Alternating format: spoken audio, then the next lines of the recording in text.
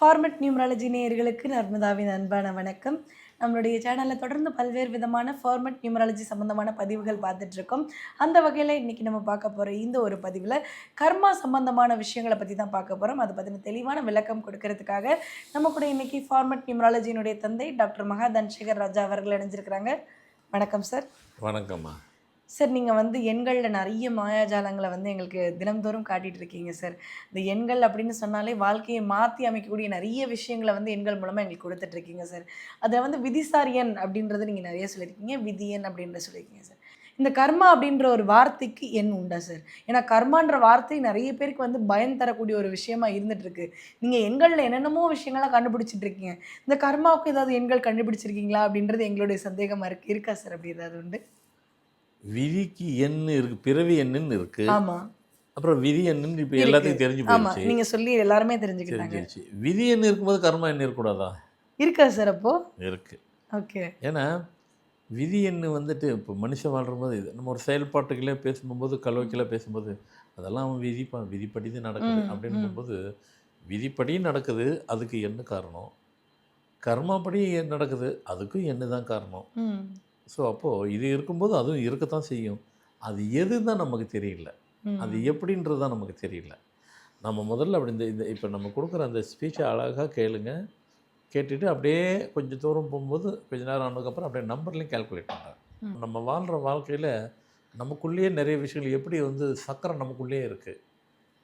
உடலே கோயில் நம்ம இப்படி எவ்வளோ விஷயங்கள் உள்ளுக்குள்ளே நம்ம அடக்கி வாழ்ந்துட்டு இருக்கிறோமோ, இப்படி அன்றாட வாழ்க்கையிலும் இப்படி நிறைய விஷயங்கள் ஒளிஞ்சிருக்குது, மறைந்திருக்குது. அது என்னங்கிறத நம்ம அழகாக ஒவ்வொரு இடத்துலையும் அழகாக சொல்லி கொடுக்குறோம். நீங்களும் அதை அப்படியே அதை ஒரு படிப்பின் மாதிரி எடுத்துக்கிட்டு ஃபாலோ பண்ணுறீங்க. மனித பிறவி எடுத்ததே விதியை அனுபவிக்கிறதுக்கும் கர்மாவை அனுபவிக்கிறதுக்கு தான் மனித பிறப்பு. பேசிக்காக நம்ம அதை ஒன்று புரிஞ்சுக்கணும். மனித பிறப்பே அந்த மனித பிறப்பு நம்ம வாழ்கிற வாழ்க்கையே விதிப்படி என்ன இருக்கோ அது வாழ்ந்து கழிக்கணும். கர்ம பயன் என்ன இருக்கோ அதையும் வாழ்ந்து தான் கழிக்கணும். இது மனித குலத்துக்கு அத்தனை பேருக்கும் பொருந்தும். ஆமாம், இதில் ஒவ்வொரு மனிதனுக்கும் விதியும் கர்மாவும் எழுதி வைக்கப்பட்டது தான். அதில் மாற்று கருத்து யாருக்குமே இல்லை. இதுதான் உங்களுக்கு விதிக்கப்பட்ட விதி, இதுதான் உங்களுக்கு விதிக்கப்பட்ட கர்மா. அப்படி ஒரு வாழ்க்கையை எல்லோரும் வாழ்ந்து தான் கழிக்கணும். இதில் நாம் அந்த வாழ்கிறதுலே இந்த நல்லதை செய்யணும், அந்த அதிலே குட் டீட்ஸ் பேட் டீட்ஸ்ன்னு இருக்குது. நல்லதை செய்வது, தீமையை செய்வதுன்ட்டு. நீங்கள் நல்லதெல்லாம் செய்யும்போது அது விதிக்குள்ளே போயிட்டு உங்கள் பிறவியை அனுபவிக்கிறதுக்கு வரும். நீங்கள் கெட்டதெல்லாம் செய்யும்போது அது கர்மாக்குள்ளே போய் அங்கே போயிட்டு கனெக்ட் ஆகிட்டு லைஃப்பை பேட் டீட்ஸில் கொண்டு போய் நிப்பாட்டிடும். அதுதான் அவர் கடவுள் வேறு ஒன்றும் சொல்லலை, அங்கங்கே பிரிச்சுட்டாரு. இப்போ சார், நம்ம விதியன் கண்டுபிடிக்கிறது அப்படின்றது நம்மளுடைய பேரை கூட்டு எண் தான் ஒரு விதி எண்ணாக நம்ம கால்குலேட் பண்ணிக்கிறோம் சார். ஆனால் இந்த கர்மா எண் அப்படின்றது எப்படி சார் கண்டுபிடிக்கிறது? இப்போ அதுக்கு தான் வந்துட்டேன் நான், அங்கே தான் வரேன். அதான் முதல்ல அது ஒரு ஸ்பீச், ஏன்னா எடுத்த உடனே நேராக நம்பருக்குள்ளே போயிட்டு எனக்கு அது ஒரு சுவாரஸ்யம் இருக்காது, புரியும். கண்டிப்பாக சார். அப்படியே அதை முதல்ல சொல்லிட்டேன், அப்படியே ஸ்டெப் பை ஸ்டெப்பாக போகிறோம். அதுக்கு தான் முதல்ல இதெல்லாம் கொடுத்துட்டு நீங்கள் லிசன் பண்ண வச்சுட்டு அப்படியே வரேன். இப்போ அதை நம்பரில் வரப்போகிறேன். இப்போ அப்படி இருக்கும்போது அதை சொல்கிறேன். நம்ம இதுதான் முதல்ல இந்த கான்செப்டை எல்லோரும் புரிஞ்சுக்கணும். கையில் ஒரு 1000 ரூபா வச்சுருக்குறோம். அவங்கவுங்க மனசையும் அவங்கக்கிட்ட கையில் இருக்கிற அமௌண்ட்டை பொறுத்து இருக்குது. உண்டியலில் போட்டிங்க, அது புண்ணியத்தில் போய் சேர்ந்துடும். உங்கள் பாக்கெட்டில் போட்டிங்க, உங்கள் செலவுக்கு போயிடும். அது வேறு விஷயம். அதுக்காக அது கெட்டதுக்கு போகணும் அப்படி அர்த்தம் கிடையாது. அது புண்ணியத்தை சேர்க்கறதுக்கு ஒரு அமௌண்ட். அதனால தான் நம்ம வாழ்கிற வாழ்க்கையிலே புண்ணியத்தை செய்கிறதுக்கு அதை சேர்க்கணும், அதை சேர வைக்கணும். அப்படி ஒரு அமௌண்ட்டை கொடுத்துக்கிட்டே இருக்கணும், அப்படி ஒரு செலவு செஞ்சுக்கிட்டே இருக்கணும். கோயில் கட்டுறதுக்கு, கோயில் டொனேஷன் கொடுக்குறது, அது ஒரு பர்சன்டேஜ் சேரும். அதுக்காக ப்ரோக்ராம் பார்த்துட்டு ஒரு 1000 நான் கோயிலுக்கு மொய் எழுதிட்டேங்க, ஏங்க அது கோயில் ஒரு 1000 ரூபா எழுதிட்டு நடந்துருமா? அதில் சேர்கிறதுக்கு ஒரு பர்சன்டேஜ் அதுக்குள்ளே போகும். செஞ்சுக்கிட்டே இருந்தாக்கா கூடிக்கிட்டே இருக்கும். ஏன் நீங்கள் எவ்வளோ இது விளையாடுறீங்க? பாயிண்ட்லாம் சேருதில்ல, ஏதோ பொருள் பர்ச்சேஸ் பண்ணால் பாயிண்ட் கொடுப்பாங்கன்னு சொல்லுவாங்க. எனக்கு புரியல, என் பசங்களுக்கு புரியும், எனக்கு புரியல. அந்த பாயிண்ட் ஒரு துணி கடைக்கே போய் துணி வாங்குறோம் அப்படின்னா அந்த பில் வேல்யூக்கு ஏற்ற மாதிரி ஒரு பாயிண்ட்டை கொடுத்துட்டு அது நீங்கள் கொடுக்க போகிற பணத்தில் கழிக்கிறாங்க தானே. கழிச்சிட்டு அமௌண்ட் ரெடியூஸ் ஆகுது. அதாங்க வாழ்க்கை. ம். நீங்கள் அந்த மாதிரி போடும்போது அந்த பாயிண்ட்டாக சேருது. சேரும்போது நீங்கள் வாழ்கிற வாழ்க்கையில் அங்கே எப்படி குறையுதோ இங்கேயும் அது குறையும். ம். அதனால் நாம் நல்ல விஷயங்கள் செய்யும்போது அதெல்லாம் உண்டு. இப்போ இந்த விதி கர்மாக்கு உண்டான இதை விஷயத்தை சொல்ல பாருங்க. பிறவி எண், விதி எண், கர்மா எண். கர்மா எண்ணு நாங்கள் கேட்டதே இல்லைங்க. ஆமாங்க. விதி எண் கூட நாங்கள் அப்படி இப்படிலாம் படிச்சுக்கிட்டோம். நிறைய பேர் சொன்னாங்க. அப்புறம் நீங்கள் வந்து தான் ஆமாம் நீங்கள் சொன்ன மாதிரி நான் வந்து அதை தெளிவுபடுத்தினேன். அதுதான் விதி ம். எண் அப்படிங்கிறத. இப்போ ஒருத்தர் பிறந்த தேதி வந்துட்டு 24/6/1989 இப்படின்னு ஒரு தேதி இருக்குன்னு வைங்க. 24/6/1989. அது ஆணோ பெண்ணோ அது மேட்ரு கிடையாது. இதில் வந்துட்டு 24னா அதை கூட்டினா 2 4 6 மாதத்தில் 6 இந்த வருஷத்தில் வந்து 1989 அது வரைக்கும் கூட்டி பாருங்கள் 9 வரும். ம். அங்கே போட்டிங்க. அப்போ 6 6 9 இது மூணுத்தையும் கூட்டிங்கன்னா கடைசியில் என்ன வந்துடும்? 12 இல்லை 21 வரும். ஏதோ ஒன்று 3ன்னு வந்துடும். அப்போ ஃபார்மெட்டு படி 6 6 9 3 பிறவி எண் 6 விதி எண் 3 திருப்பி எல்லாத்தையும் கூட்டுங்க. 6 6 அது வந்து விதி எண் வந்து 3ன்னு ஆயிடுச்சு. 6 6 12 21 3 கூட்டினா 24 6 வந்து நின்றுச்சு. அதுதான் கர்மா எண். ம். அப்போது எங்கே ஆரம்பிக்குதோ உங்களுக்கு அங்கேயே முடியுது. பிறவியில் பிறந்து கர்மாவில் முடியுது.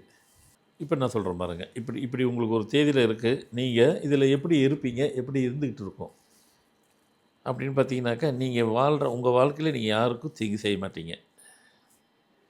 வாழ்கிற வாழ்க்கையில் தீங்கு செய்ய மாட்டீங்க. கெரியர்லேயோ இல்லை பிஸ்னஸ்லேயோ நல்ல நிலையில் இருப்பீங்க. இருந்தாலும் இவருடைய விதி பயன் வந்துட்டு இவரது குடும்ப வாழ்க்கை அப்படின்னு பார்த்தீங்கன்னா சோகமாக தான் இருக்கும். நல்லா படிச்சிருக்கிறாரு, நல்ல ஹைலி குவாலிஃபைடு பெற்றிருக்கிறாரு, பிஸ்னஸில் நல்ல நிலையில் இருக்கிறாரு, எல்லாமே அவருக்கு இருக்குது. ஆனால் லைஃப் பார்ட்னர் மட்டும் கனெக்ட் ஆகலை, செட்டில் ஆகலை, அப்படியே போயிட்டுருக்கு. எல்லாமே இருக்கிறாங்க. அமைதியான அன்பான மனைவி, அமைதியான குழந்தை எல்லாம் இருக்கிறாங்க. ஆனால் விதி வந்துட்டு இவருக்கு 42 வயசு ஆயிடுச்சு. அப்படின்னாக்கா குடும்பத்தில் நல்லா போயிட்டுருக்குற ஒரு லைஃப். இந்த தேதி பிறந்தாக்கா இவங்க லைஃப் இப்படி தான் அப்படிங்கிறது ஒரு ஒரு ஒரு அனலைசேஷன். அப்போது 42 வயசு ஆகும்போது இந்த ஃபார்மெட்டு படி 6 6 9 3 இருக்கும்போது குடும்பத்தில் ஒரு குழப்பம், ஒரு புயல் அடிக்குது. கடைசியில் அந்த குடும்பத்தின் வாழ்க்கை கேள்விக்குறியாகுது, கூடயே ஆச்சரியக்குறியாக போய் முடியுது. அப்போ இது விதியில் போய் சொல்கிறதா, கர்மாவில் போய் சொல்கிறதா? முதல்ல விதி, கர்மா அப்புறமா. இப்போ இது விதி. அதை தான் சொல்கிறேன். இது வந்து உங்கள் வாழ்க்கையின் விதி அப்படி தான் சொல்லுது. அடுத்ததாக அதை தான் நான் சொல்லியிருக்கிறேன். அடுத்து இதுதான் கர்மா. விதியில் போயிட்டு காரணம் வந்துட்டு இது மாதிரி ஒவ்வொருத்தருக்கும் ஒரு ஒரு லைஃப்பை இறைவன் அங்கே கொடுப்பாரு, அங்கே இருப்பார். அது அந்த எண்கள் என்ன இருக்கோ அதை சார்ந்து தான் வாழ்கிற வாழ்க்கையினுடைய அமைப்பை உள்ளே நாம் தெரிஞ்சு வச்சுக்கிறோம். ஒருத்தர் வாழ்கிற வாழ்க்கையை பார்த்து அப்போமே சொல்கிறதா அப்படிங்கிறது கூட எப்போ நடக்கும், உங்களுக்கு பின்னாடி அப்படி நடக்கும் அப்படிங்கிறது வந்துட்டு அதனால தான் இங்கே பேர் பார்க்க வரும்போது பார்க்கலாமா வேண்டாமா, இது விதிக்குள்ளே உட்காந்துருக்கா, கர்மாக்குள்ளே உட்காந்துருக்குறா. கர்மாவும் வந்து சில கர்மாலாம் தொடலாம் மீன்ஸ் பார்க்கலாம், சில கர்மாவை பார்க்க முடியாது அப்படின்னு ஒன்று இருக்குது. இப்போ இந்த இது வந்துட்டு பியூர்லி கர்மா தான். அது பியூர்லி விதி தான். விதின்னு உங்களுக்கு தெரியும், சொல்லிட்டீங்க, நீங்களே பார்த்துருவீங்க. அப்போது ஒரு ஒரு தேதியில் வந்துட்டு என்னென்ன காலகட்டத்தில் என்னென்னலாம் நடக்கும், எப்படிலாம் நடக்குங்கிறத சும்மா ஒரு ஒரு அனலைஸ். இதுதான் நம்ம ஃபார்மெட் நியூமராலஜினுடைய மெத்தடு. அழகாக இந்த அனலைஸை போட்டுட்டு இப்போ என்கிட்ட இப்போ இதே நபர் என்கிட்ட வராரு, ஒரு 30 வயசில் வராரு, இவருக்கு அந்த வயசில் அது நடக்கும்னு எனக்கு தெரியும். முன்கூட்டியே அதில் ஒரு கணக்கு இருக்குது. எந்த ஏஜில் வந்தால் நான் பார்க்கலாம், எந்த ஏஜில் வந்துடுச்சுன்னா நான் பார்க்க முடியாது. இதே வந்துட்டு இவர் ஒரு வேளை 42 வயசு நெருக்க போகிறாரு, இப்போ வந்தால் பார்க்கலான்னா பார்க்க விடாது. அது கர்மா. அது 30 வயசில் பார்த்தா அது விதி. இப்படி ஒரு கணக்கு இருக்குது. விதி அதுதான், பார்க்கலாம் பார்க்க வேண்டாம் அப்படிங்கிற 2 இருக்குது. அப்போது 42 வயசில் இவருக்கு இந்த தேதி கொண்டவருக்கு எல்லாமே கொடுத்த இறைவன் ஏன் இப்படி கொடுக்குறாரு? அது விதி. முடிக்கும் போகும்போது கர்மாவில் போய் கொண்டு போய் முடிச்சிருது. இப்படி ஒவ்வொருத்தர் டேட்டுக்குள்ளேயும் ரகசியங்கள் ஒளித்து வைக்கப்பட்டுள்ளன, மறைத்து வைக்கப்பட்டுள்ளன. இது விதி என்ன, கர்மா என்னங்கிறது இந்த இது முதல்ல நாம் இந்த பாடத்தை நம்ம செல்ஃபு நம்ம வாழ்க்கையினுடைய பாடத்தை நாம் புரிஞ்சுக்கிறணும். நாம் இதெல்லாம் படிச்சுக்காமல் தெரிஞ்சிக்காமல் ஏனோ தானோன்ற வாழ்கிற வாழ்க்கையில் வந்து நம்ம எதையுமே எதையுமே கடைசி வரைக்கும் புரிஞ்சிக்காம போயிடக்கூடாது. எதையோ கண்டுபிடிக்கிறோம், எதையோ பார்க்குறோங்கிற மாதிரி நீ அதெல்லாம் பார்த்து என்ன பண்ணுறது? நாம் வாழ்க்கை எதை நோக்கி பயணிக்கிறோம் அப்படிங்கிறது தெரியணும். இதுமாரி நிறைய சொல்லலாம். இப்போ இவரதே பண்ணின்னு சொல்லலாம். இதோட நிப்பாட்டிக்கிறோம் போதும் அப்படிங்கிற மாதிரி அவ்வளோ விஷயம் சொல்லிட்டேன். ஸோ இதுமாரி நீங்கள் வாழ்கிற வாழ்க்கையில் உங்களுடைய விதி பயனும் கர்ம பயனும் உள்ளே நுழைஞ்சி தான் இருக்கும், உள்ளே சேர்ந்து தான் இருக்கும், உள்ளே கனெக்டிவிட்டி தான் இருக்கும். இல்லாமலும் சில பேருக்கு கர்மம் வந்து இல்லாமல் அதுவும் இருக்குது. அது வேறு ஒரு நிகழ்வில் சொல்கிறேன். இந்த இதுக்கு இப்படி இருக்குது, இப்படி தான் எல்லாத்துக்கும் இருக்கும். அந்த 5வது நம்பருங்களா, அதுதான் கர்மா எண்ணுங்கிறது. அது எந்த அளவுக்கு உங்களுக்கு கர்ம எண்ணம் நல்லது இருக்கோ, அதை முதல்ல சொன்ன மாதிரி குட் டீட்ஸ் பேட் டீட்ஸு, நல்லது கெட்டது, நல்லவை செய்கிறது, நல்ல கெட்டவை நடக்கிறதுன்றது.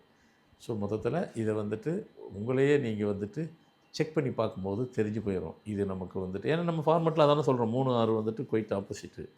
அது ஒன்று எதிர்மறை நேர்மறையான வேலை செய்யும். பயங்கரமாக எதிர்மறையாக வேலை செய்யும். அந்த 3, 6 சேர்ந்துச்சுன்னா 6, 3 சேர்ந்துச்சுன்னா டோட்டலாகவே எதிர்மறை தான் அது. அந்த எதிர்மறை எங்கே நடக்கா அது வீட்டுக்கும் பொருந்தும், நாட்டுக்கும் பொருந்தும். வீட்டுக்குள்ளே வந்ததுனாலும் சண்டை, நாட்டுக்குள்ளே வந்தாலும் சண்டை. அதில் தானே முடியும் போகுது. அன்போடு எல்லோரும் போகிறாங்க வெளியே இல்லை, அதுமாரி அதில் தான் முடியும். இது சின்னது வீட்டு சண்டை, நாடுகளும் வந்தால் நாட்டு சண்டை. நாட்டு சண்டை என்ன அடுத்த ஒரு நிகழ்வுலையா அடுத்த ஒரு எபிசோடில் பார்ப்போம். கண்டிப்பாக இது எல்லாத்துக்கும் யூஸ்ஃபுல்லாக இருக்கும்னு நினைக்கிறேன். கண்டிப்பாக சார். கர்ம எண் அப்படின்ற ஒரு விஷயம் இருக்குது அப்படின்றத பற்றி நிறைய பேருக்கு தெரிஞ்சிருக்கிறதுக்கு வாய்ப்பே இல்லை. அப்படி ஒரு விஷயம் இருக்குது, அது இந்த மாதிரி பிறப்பெடுக்கும், அது இந்த மாதிரி பயணிச்சுக்கிட்டு இருக்குது அப்படின்றத பற்றி ரொம்ப தெளிவாக சொன்னீங்க சார். கண்டிப்பாக பார்த்துட்டு இருக்கக்கூடிய நேயர்களுக்கு ரொம்ப பயனுள்ளதாக இருக்கும் நம்புகிறோம். ரொம்ப நன்றி சார். வணக்கம்மா.